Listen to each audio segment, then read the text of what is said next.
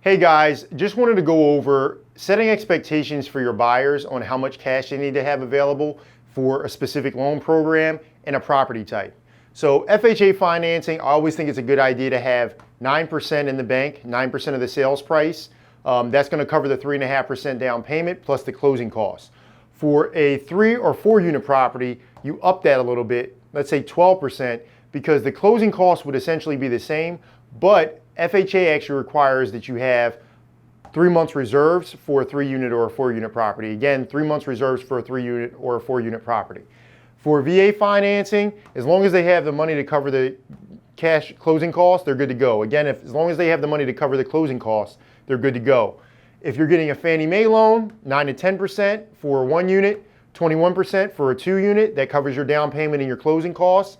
For a 3 or 4 unit, it covers your down payment and closing costs if you have 31%.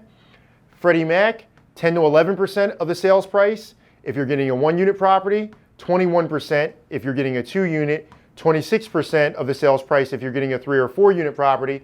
And then for Home Possible, my personal favorite, 9 to 10% for a 1 unit, 11% for a 2, 3, or 4 unit property. Again, if your buyers have this cash liquid in the bank and they have their credit in order and they're gainfully employed, they'll be able to buy a house. Really, really simple.